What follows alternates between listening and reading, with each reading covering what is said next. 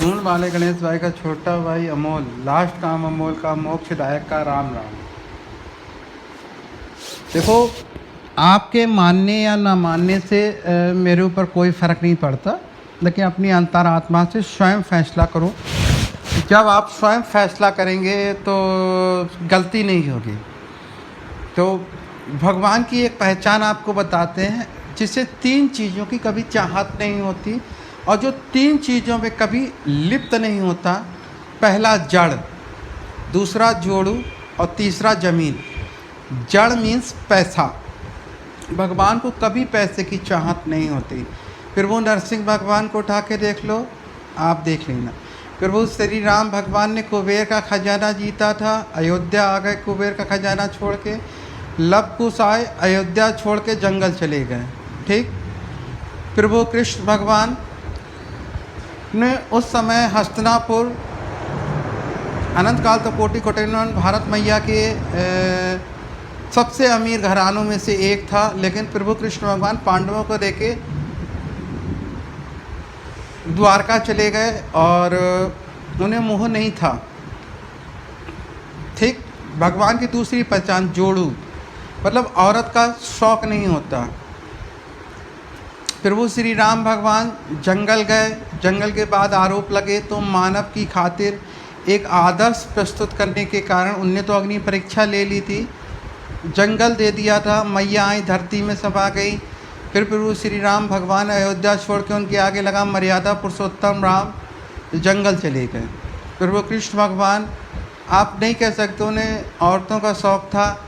अगर औरतों का शौक़ होता तो ये कभी नहीं लिखा जाता कि उनने 16,108 शादी की।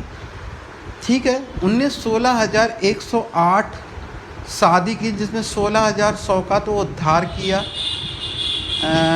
नारायणी सेना बना के 8 उपपटरानियाँ थी, जो ऐसे था।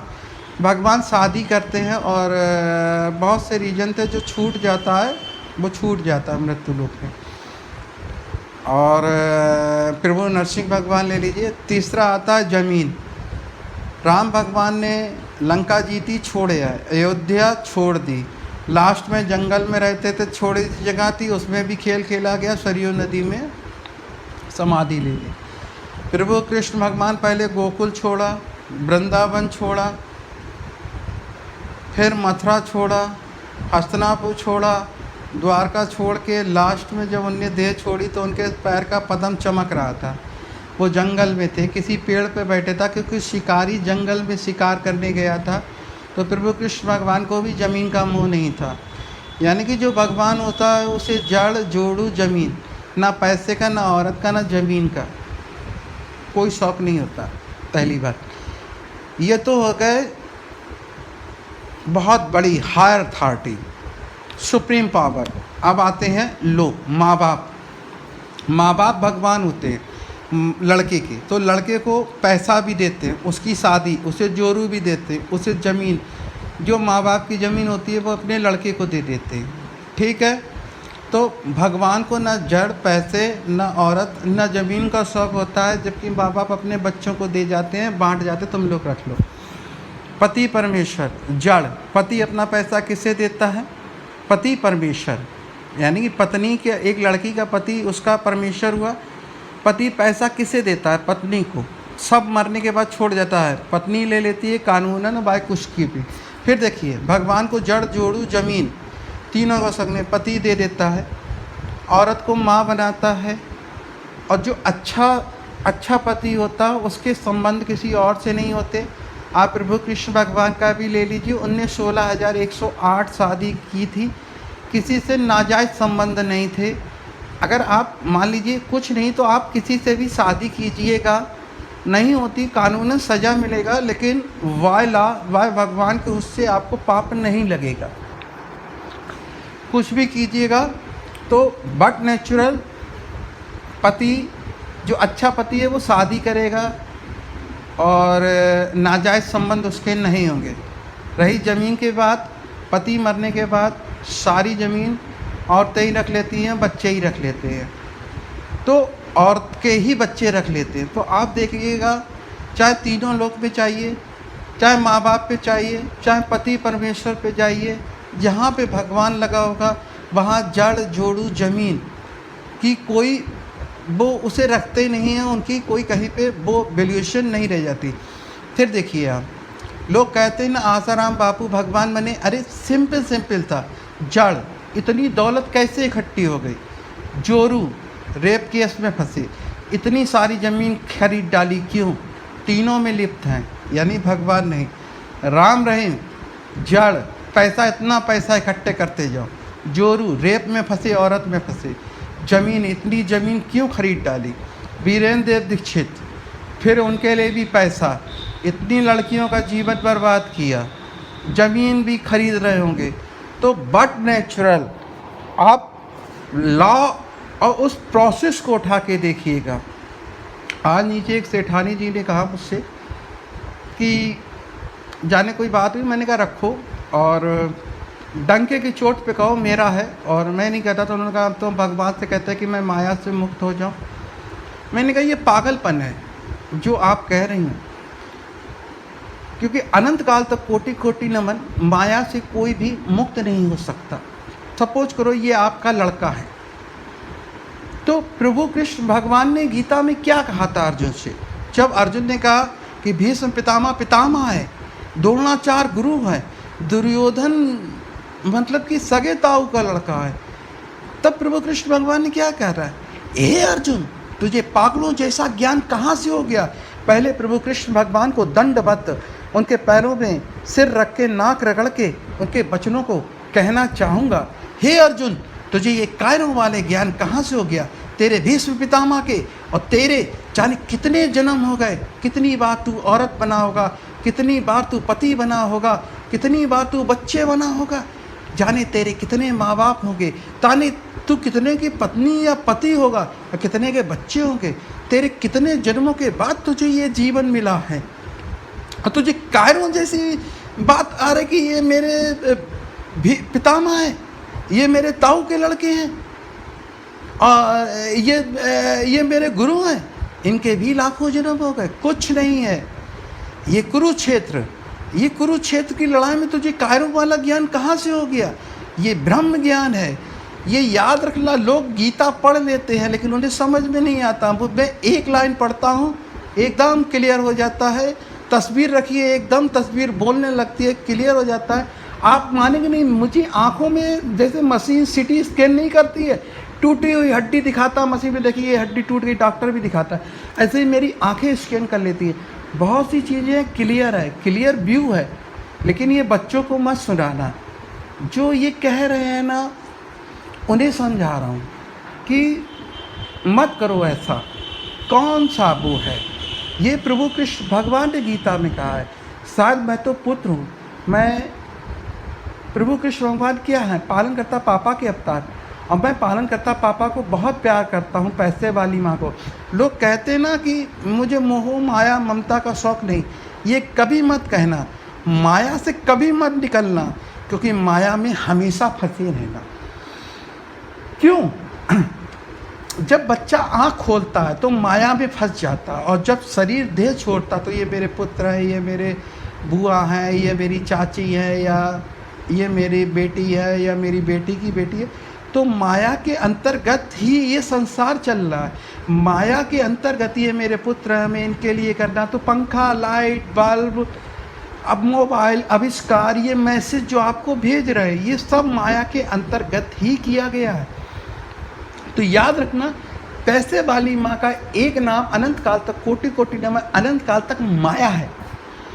ये सब मेरे पालन करता पापा ने अंश मात्र से धारण किया है। अगर ये माया नहीं होती, ये मेरे बाबा है, ये मेरे ये सब माया का एक स्वरूप है। क्योंकि बहुत रोया था लास्ट में, पैसे वाली माँ पालन करता पापा के सामने रोया, और सिर्फ इतना कहा, मैं तो पुत्र हूँ भगवान, ये मेरी माँ है। एक माँ अपने पुत्र को कैसे मतलब ले सकती है? तो एकदम सिटी स्कैन आ गया और स्कैनिंग होने लगी। मुझे बहुत चीज़ें पता है, लेकिन ये मैसेज किसी भी कीमत पे बिलो 35 मतलब 35 साल का नीचे के व्यक्ति सुन ना पाए किसी तरीके से, और उसके सामने वो लाइन वो गीता पढ़ लेगा लेकिन उसकी समझ में नहीं आएगा। तो ऐसे ही जब मैंने कहा सेठानी जी से, एकदम सेठानी जी चुप।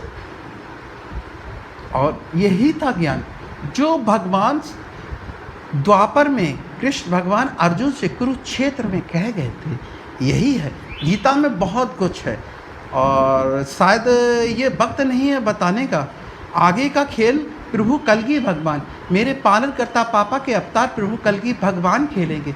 मेरा बस यहीं तक था, क्योंकि मैं लगातार युग को पलटने की कोशिश कर रहा हूँ। परिवर्तन या चेंज प्रभु कलगी भगवान करेंगे घोर कलयुग में, अभी बहुत टाइम है। क्योंकि मैं अपने पालनकर्ता पापा से बहुत प्यार करता हूँ, तो ये मैसेज या ये मैं अपने पालनकर्ता पापा जो 36 कलाओं वाली हैं, पैसे वाली माँ पालनकर्ता पापा के लिए काम करता रहता हूँ। ज्ञान वाली माँ मेकर पापा, पैसे वाली माँ पालनकर्ता पापा, शक्ति वाली माँ सेफ डिस्टार पापा, भाभी माँ आज गणेश भैया, भाभी माँ आज कार्तिक भैया के लिए काम करता रहता हूँ। और आप लोग भी समझिएगा किस उद्देश्य में, किस नशे में चले जा रहे हो। ये आप लोग एक प्रकार के नशे में हो। अगर मोदी कहते हैं ये मेरी माँ है, अरे माँ के कितने जन्म हो चुके हैं मोदी के, और इस जन्म में आई, इसके बाद फिर कितने जन्म होंगे, ऐसे ही मोदी के। और रही ये आश्रम, सबसे बड़ा आश्रम आप मानिएगा, प्रभु कृष्ण भगवान सही कह गए। और शास्त्रों में सनातन धर्म की ये विजय है, मेरी विजय नहीं है, सनातन धर्म की विजय। और सनातन धर्म जो है मेरे माच पापा, भाभी माच गणेश भैया, भाभी माच कार्तिक भैया का है। ये इस तरीके से रखा गया है क्योंकि ये ज्ञान यहाँ पे देना बहुत ज़रूरी था। इसलिए ज़रूरी था क्योंकि मैं युग को पलटने की कोशिश कर रहा हूँ, परिवर्तन नहीं कर सकता। परिवर्तित प्रभु घोर कलयुग में प्रभु कलगी भगवान आएंगे, तब वो घोर कलयुग से सतयुग ले जाएंगे। अगर किसी कारण से युग पलट जाता है तो सतयुग और फिर भगवान के हाथ में पूरी बाजी है। माच पापाच, भाभी माच गणेश भैया, भाभी माच के हाथ में पूरी बाजी है, वो ही खेलेंगे फ्यूचर में। मैंने इस तरीके से रखा कि मैं ऑन स्पॉट बोलते बोलते इसी वक्त मेरी देह छूट जाए तो मुझे कोई वो नहीं है, क्योंकि पूरा खेल भगवान के हाथ में, वो ही खेलेंगे। माँ ज्ञान वाली माँ मेकर पापा, पैसे वाली माँ पालनकर्ता पापा, शक्ति वाली माँ सेफ डिस्टार पापा, भाभी माच गणेश भैया, भाभी माच कार्तिक भैया खेलेंगे। तीन ही गुरु कहे गए हैं। अनंत काल तक कोटि कोटि नमन, अनंत काल तक गुरु ब्रह्मा, अनंत काल तक कोटि कोटि नमन, अनंत काल तक गुरु विष्णु, अनंत काल तक कोटि कोटि नमन, अनंत काल तक गुरु देवो महेश्वराय, गुरु साक्षात पर ब्रह्म तस्मै श्री गुरुवे नमः। यानी कि हर व्यक्ति को मेकर, पालन, सेफ डिस्टार बनना पड़ता है। 3 गुरु हो गए। बाकी हम तीनों भाई गणेश भैया, कार्तिक भैया, अनमोल भगवान के नीचे रहते। लेकिन आप कैलकुलेशन करो, भगवान ने क्या बनाया। प्रथम पूज शुरुआत सबको करनी पड़ती है, यानी गणेश भैया कहीं ना कहीं पे गुरु हो गए तीनों लोगों के। नेतृत्व सबको करना पड़ता है, कहीं ना कहीं पे कार्तिक भैया गुरु हो गए, और लास्ट सबको करना पड़ता है, कहीं ना कहीं पे अनमोल गुरु हो गए। और हर किसी को, आप हनुमान भगवान को देखिए ना, वो सेफ डिस्टार पापा के अवतार हैं। कृष्ण भगवान पालनकर्ता पापा के अवतार हैं। राम भगवान पालनकर्ता पापा के अवतार हैं। फिर आप देखिएगा नरसिंह भगवान पालनकर्ता पापा के अवतार हैं। भैरव बाबा सेफ डिस्टार पापा के अवतार हैं। आप लगाइएगा, आप मुझसे, मेरा कुछ भी नहीं जा रहा, मेरा जा ही नहीं सकता, मेरा कुछ जा रहा, ये क्या है, एक विश्वास। वो तो भगवान लेके, ये खाली गिलास है, ये तो खाली हाथ है, मुझे तो देह छोड़नी है, वो देह छूट नहीं पा रही है। आप समझो जया किशोरी जी, अगर आप इस मैसेज को सुन लेंगी और समझ लेंगी तो आप समझ जाएंगी। लोग कहते हैं हम कृष्ण से मिले, इस मैसेज को सुनने के बाद अगर कृष्ण से मिल ले, जो मीरा पंथ की कृष्ण से मिल जाती है, वो मैसेज सुनने के बाद समझ जाएंगे कि नहीं मिले कृष्ण से, किसी शैतान से मिले। अगर कृष्ण से मिलते ना तो तुरंत समझ जाते कि ये कह क्या रहा है अमोल। और उसके बाद सब कुछ ठीक है। और जो कहते हैं ना कि ये वो है, लेकिन ये मैसेज किसी भी कीमत पे बिलो 35 से नीचे के व्यक्ति ना सुने, ना उनके पास जाए, उससे ऊपर का व्यक्ति सुने। क्योंकि 35 एक ऐसी उम्र होती है कि 35 के बाद 40 में जाते हैं, 40 के बाद डाउनफॉल होता है लोगों का, और आफ्टर 40 के बाद डाउनफॉल होता है, और फिर ऐसे करके चलने लगता है। और फिर इस तरीके से ये होता है। Thank you to listen me सून वाले गणेश भाई का छोटा भाई अमोल, लास्ट का अमोल का, मोक्षदायक का राम राम।